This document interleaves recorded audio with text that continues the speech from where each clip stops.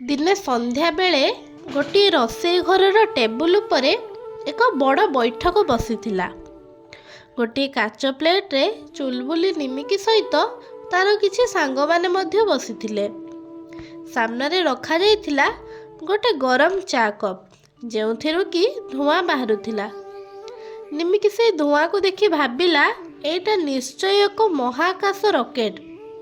एथिरे जदि मु बसे आकाश को जाई परिबी।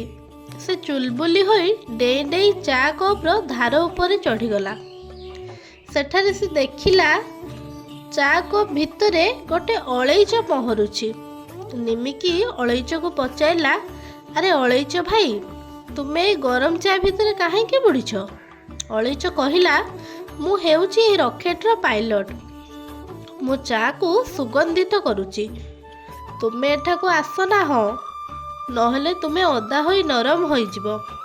ठीक सेतिकी बेले सेठाको एक बिस्कुट आसिला। बिस्कुटटी भारी गरबी थिला। से कहिला, निमिकी मु हेउछि साहसी। देख मु एई चा भितर को बुड़ मारिबी।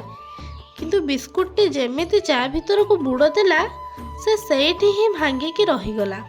एहा देखी निमिकी डरीगला। से चिंता कला महाकाश यात्रा अपेक्षा कड़मड़ होई रहिबा ही बुद्धिमानर काम। से तुरंत चा कप्र डेई पड़िला एक लुणिया चूड़ागदा उपरकू। ए भलिया वीडियो देखिबाकू चाहुतिले आम चैनल को सब्सक्राइब करंतु। रहिली जय जगन्नाथ।